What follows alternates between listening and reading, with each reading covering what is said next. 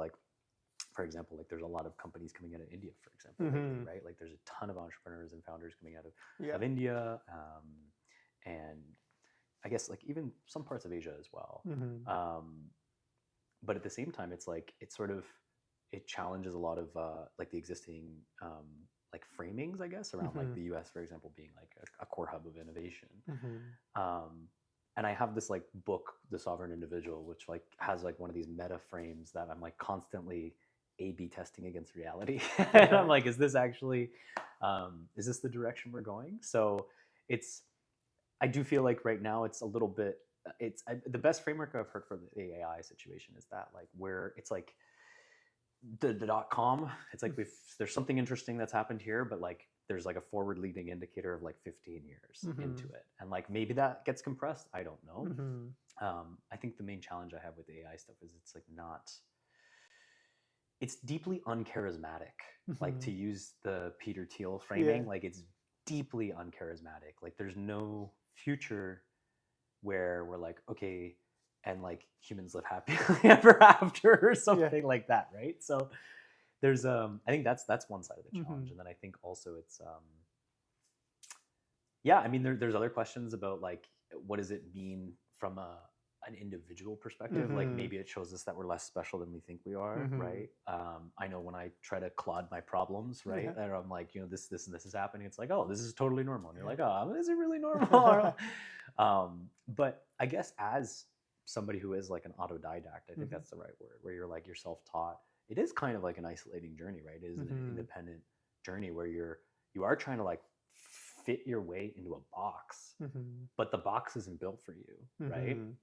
And you eventually sold Alchemy because I think you wanted to work on some other projects, and then you started going through Y Combinator at that time. Actually, what we did was not sell like Alchemy, but there were a bunch of folks that found like use for that software because it was basically more like community generated notes, and the foundation of that application was that, and like they wanted to use it for like high school math programs and stuff, where like the software would be helpful. So we like gave them the software essentially.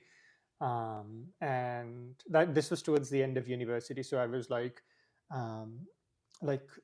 truly the projects that I followed during university were like out of pure interest. I just wanted to do something and have something that like I worked on, and I've always had stuff like that, and it's just been an interest, and like it was necessarily like I specifically did not care about making money out of those projects, and like I didn't find myself optimizing for that. You didn't have it. Well, I don't know. On one hand, I would say that you were focused. Like I do think you always wanted to be the CEO and like run the thing.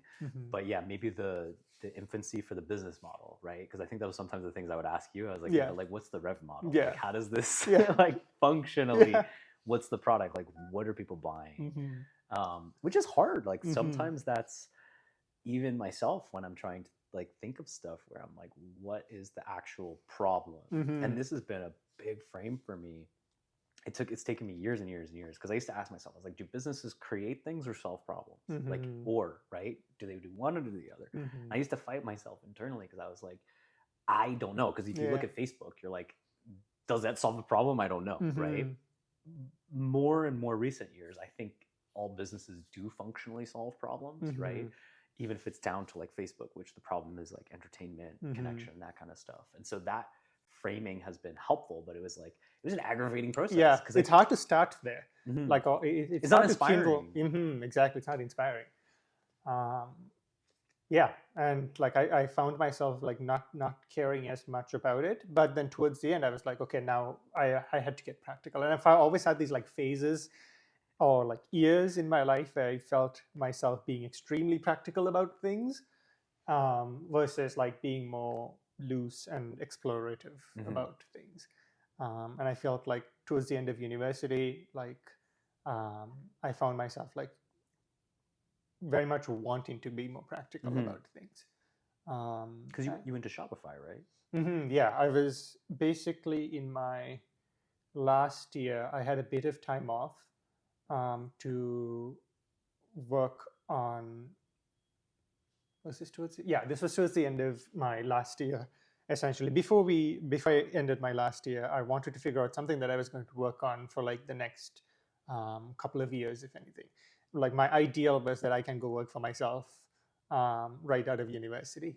And we found a little bit of funding for Clue, and like Clue sort of came about in my last year. I did an internship with Shopify, and got to work with like a lot of teams, and like felt like that was a point in time where I was looking for ideas in like anywhere I like worked at, like talked about. I was actively searching for problems essentially, and a practical problem to solve. And this sort of problem of like teams collaborating, having a lot of content online that is like disconnected from like the conversations they were having or the threads that were going on in like various apps, like connecting the dots between those things came up as like a very high level but like practical thing to try and solve. And that felt like sort of turning point, especially in like that last year, in terms of like finding like, okay, I feel like I have some opinions about how to go about solving that. Like I have worked with a bunch of teams. I've been like collaborating with people, like especially like creative people, since a like pretty young age, and I had like a good bit of opinions around what could this process be, how could this process be improved, like how could it be streamlined, like what things could help ease the pain of like 10 people collaborating from different ends of the globe, and they like, one person's work depends on somebody else. Like how do you pass that work around? Where's the Jira ticket? Yeah, where's the Jira ticket? And so started digging into that problem. And so like right out of university, we found a little bit of funding for about like 6 to 8 months.